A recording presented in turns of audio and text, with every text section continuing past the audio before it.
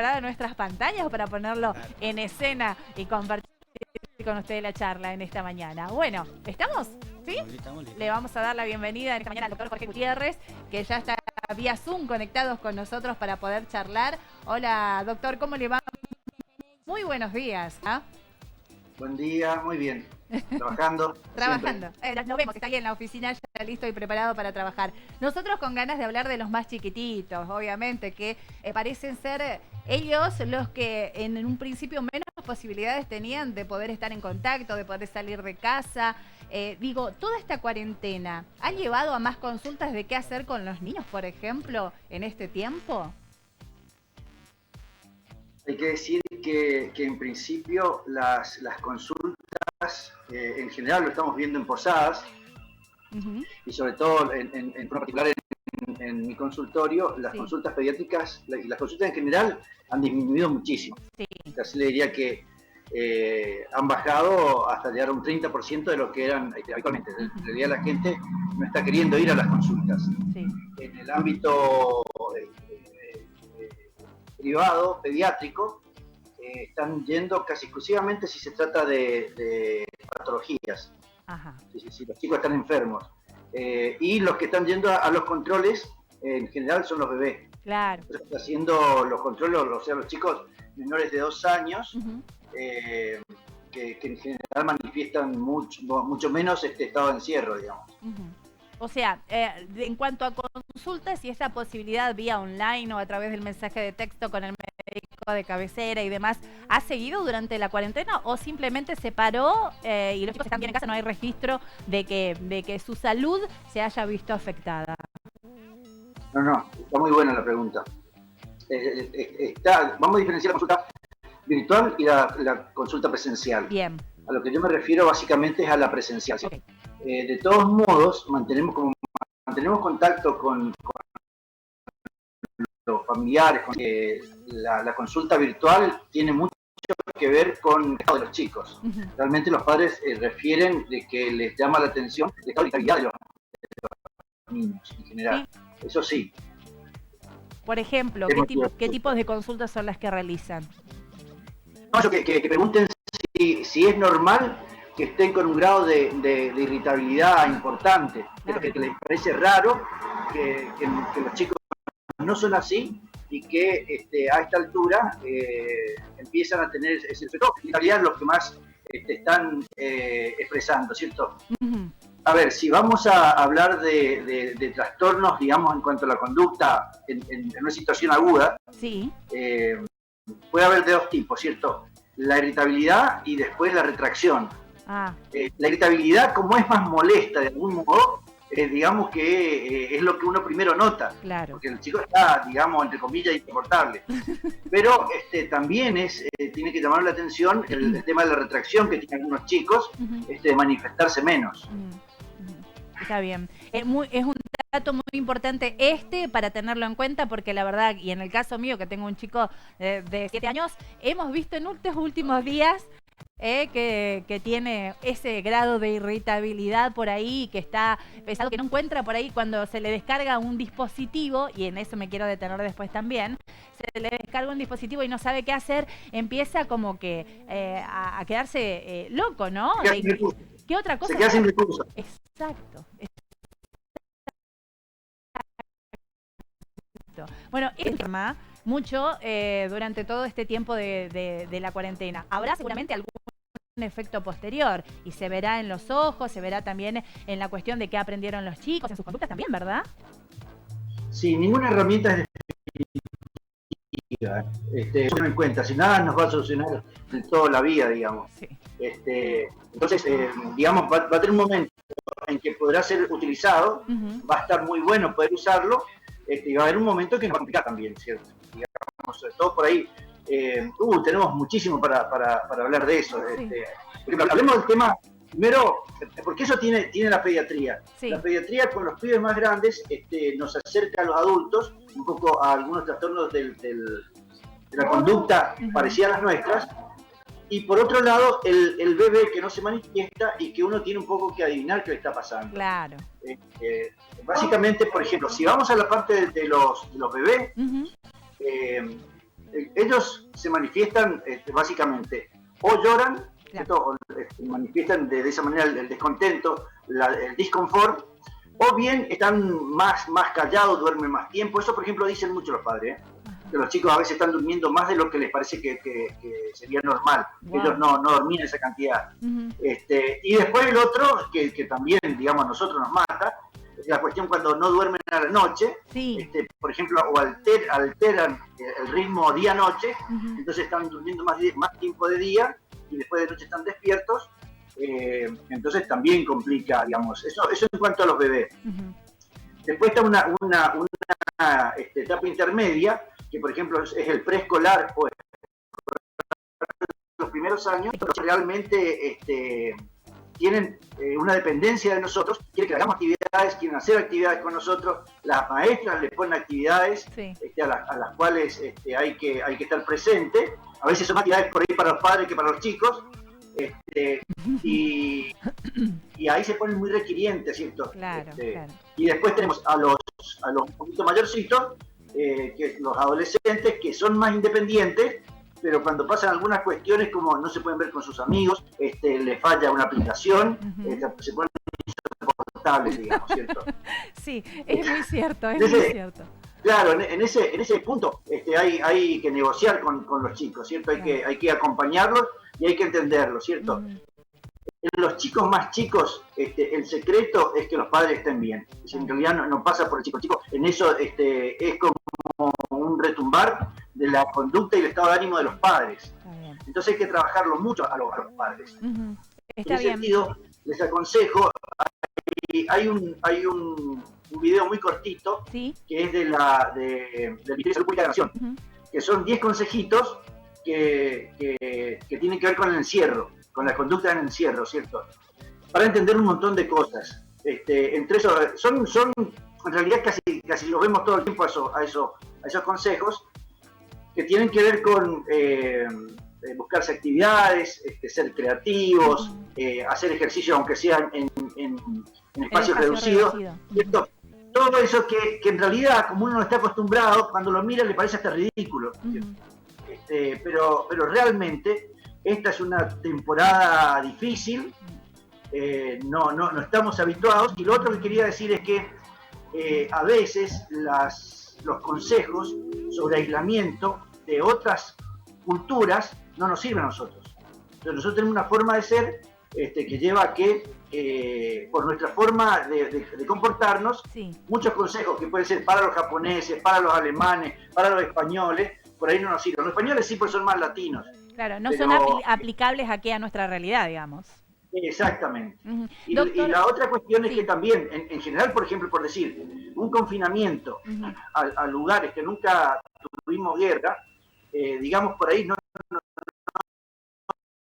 es fácil de entender. Nosotros mismos, de saber que nosotros mismos vamos a estar irritables, vamos a estar molestos, vamos a estar aburridos. Entonces es muy difícil que si uno está aburrido, claro, tiene que pasar por la situación de que uno esté un poquito más empático, digamos, para poder entender todo. Y esto pasa básicamente por entender, digamos, difícilmente, supongamos que hay, como uno escucha, que esta situación es un invento, que esto lo hacen, no sé, los políticos, lo han inventado algunos infectólogos o algo por el estilo. El tema es que si eso en una familia se hace carne, es muy difícil que ellos estén bien en una situación de aislamiento. En general es difícil. Así que más aún todavía cuando uno descree la realidad que está pasando. Yo lo que quería preguntarle también es por otra cuestión que se ha visto mucho en este tiempo también de la cuarentena, que fue el ser propenso o el crecer en cuanto a peso, la alimentación de nuestros niños, que en muchos casos que eran flaquitos, comenzaron ahora a engordar. ¿Qué pasa con esta situación? No, eso se ve mucho. Se está viendo los cambios de peso, digamos, los chicos que por ahí no quieren comer, cambiaron el tipo de comida. Por ejemplo, los padres cuentan algo que siempre les gustaba, ahora les dejó de gustar. Sí. Y también la cuestión de por ansiedad, de tanto alrededor de la heladera. Todo el tiempo. Y claro, el mejor consejo es que la heladera esté semivacía. Eso no es difícil, digamos. Que haya mucha agua, digamos. Sí, que haya mucha agua, sí, para Claro. entretener. Pero sí, tiene que estar muy medido lo que hay. Por ejemplo, las verduras y las frutas difícilmente hagan mal. Entonces, la cuestión, nadie come tampoco un exceso de verdura ni un exceso de fruta, digamos. Entonces, es bueno que esté. Estamos filmando. Ah, bien ahí, bien ahí. Sí, está bien. Mate virtual, ese es el mate virtual, que también se puede. También se puede estar, no contagia. No contagia, exactamente, exactamente. Bueno, que es muy importante esto que decía, ¿no? De poner verduras, frutas y que haya constantemente líquido. No a las gaseosas, no a tanto dulce. Por ahí que los padres en este tiempo que aprendieron a cocinar un montón, porque no sabían qué hacer, todos a la mesa, todos a comer algo dulce, todas las tardes haciendo algo, si no es una chipita, es un batido, si no es un batido, es algo al horno, ¿no? Pero digamos que uno, incluso nosotros los mayores, nos hemos dedicado un poco más a comer en este tiempo, digamos. ¿Cómo volver un poco esto para atrás y tratar de medirse, ¿no? Le voy a dar un consejo con respecto a eso. Sí. En una observación particular, está escrito en los libros, entonces no queremos leer. Pero, por ejemplo, lo que tiene que ver con los hidratos de carbono, con las harinas sobre todo, la cuestión de comerse una pizza, una hamburguesa, lo que fuera la noche, lo que tiene pan, básicamente. En realidad la noche hay que tratar de evitarla, ¿cierto? Porque favorece a la acidez durante el sueño. Entonces, ahí podemos explicarnos muchas cuestiones que a la noche estamos con una rehabilitación, estamos con acidez, porque nos es muy difícil de digerir durante el sueño, ¿cierto? Durante el día, por ejemplo, en realidad podemos correrlo al almuerzo, digamos, y tratar de evitar, primero que la cena debería ser escasa, y debería ser saludable, digamos, tiene que ser no frita, sino más bien al horno, y dentro de lo posible que no contenga harina, ¿cierto? Eso favorece primero a que no se infle tanto y que pueda dormir mejor. Entonces es un consejo no solamente para una alimentación saludable, sino también para un descanso saludable, ¿cierto? Que en general, con molestias digestivas, también es más difícil.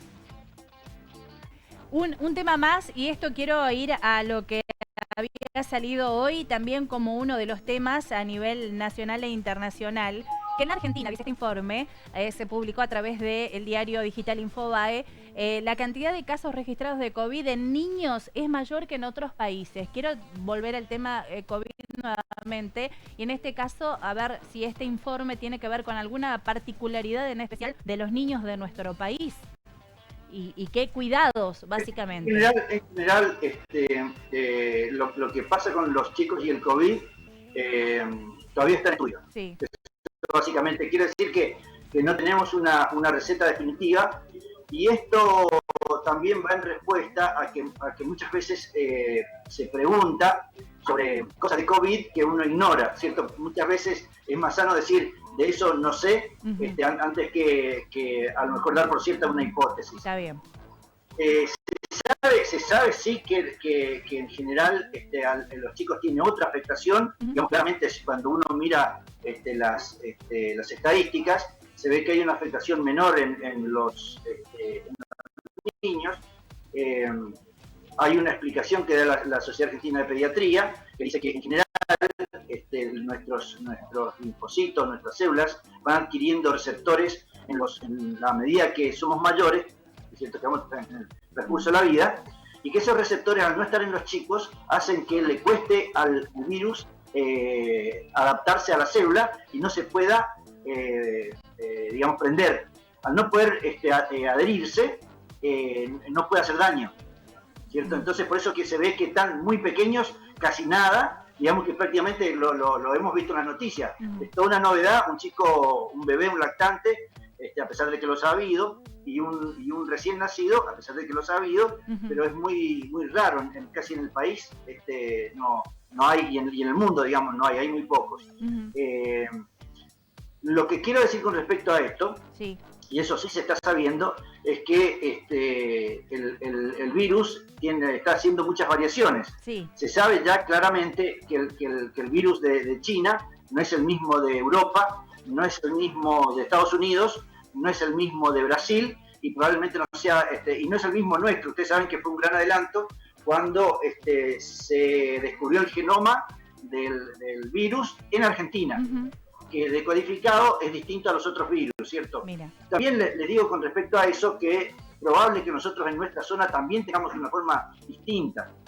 Así que digamos que todas estas variaciones también pueden llevar a explicar que sean diferentes la forma de afectación de los distintos grupos etarios. Está bien. Así que bueno, todo eso está por estudiarse. Está bien. Yo quiero en estos días me preguntaba un colega de ustedes con respecto a si vamos a quedar con inmunidad. Sí. Y yo decía, no sé si vamos a quedar con inmunidad porque realmente es nuevo y hablemos dentro de un año y yo vamos a poder decir, ¿cierto? Pero realmente a veces uno escucha que se aventuran muchas cosas como que esto es así y en realidad tenemos que entender que en noviembre desconocíamos absolutamente de este tema y ahora hay muchos expertos, digamos.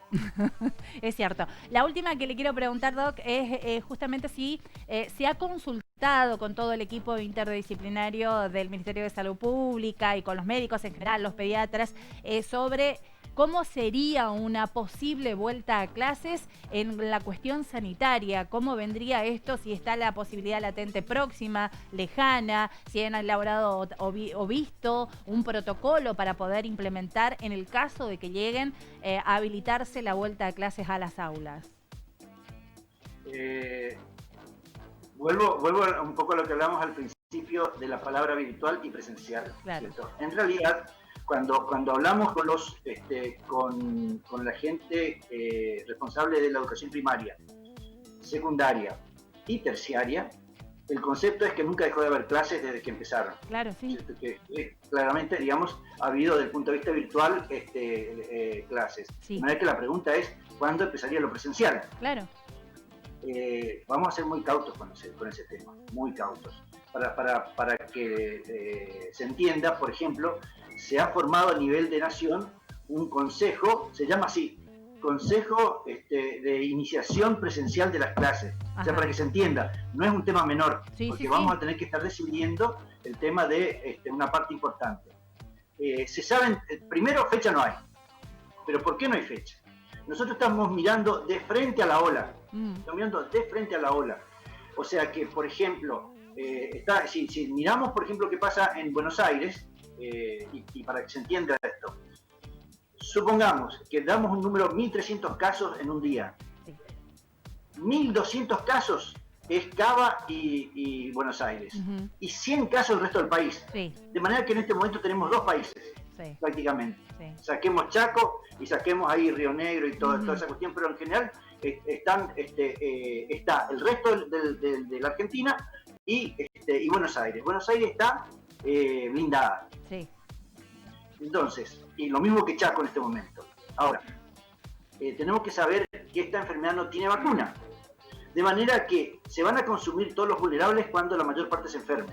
Claro. Eso está absolutamente claro. Y nosotros, en realidad, no estamos viendo el impacto que puede llegar a tener porque estamos teniendo muy pocos casos. O sea, tener 38 casos como tenemos es muy poco. Ahora, cuando empiecen a liberarse, digamos, porque también se va a intentar estirar no sé cuánto tiempo la cuarentena, pero va a haber un momento en que va a haber una fuga, un escape, ¿cierto?, hacia el resto del país. Sí. Entonces van a empezar en todos lados a haber más casos. También nos va a pasar a nosotros. Entonces, lo que se está planteando es cómo se van a volver las clases presenciales, lo cual ya le digo que va a ser en forma progresiva. Fíjese que, por ejemplo, estamos armando protocolos recién para cómo van a ser los exámenes finales de julio. Claro. Planteando que la mayor parte de las materias que sí se puedan van a ser virtuales esos exámenes, ¿cierto? Y muy pocos van a ser presenciales o después se va a ver la posibilidad de hacer de alguna manera en que esta forma sea bien gradual. O sea, es un tema muy delicado. Seguro, sí sabemos. Prácticamente va a ser, digamos, una de las últimas cosas que van a ver. Doy un ejemplo.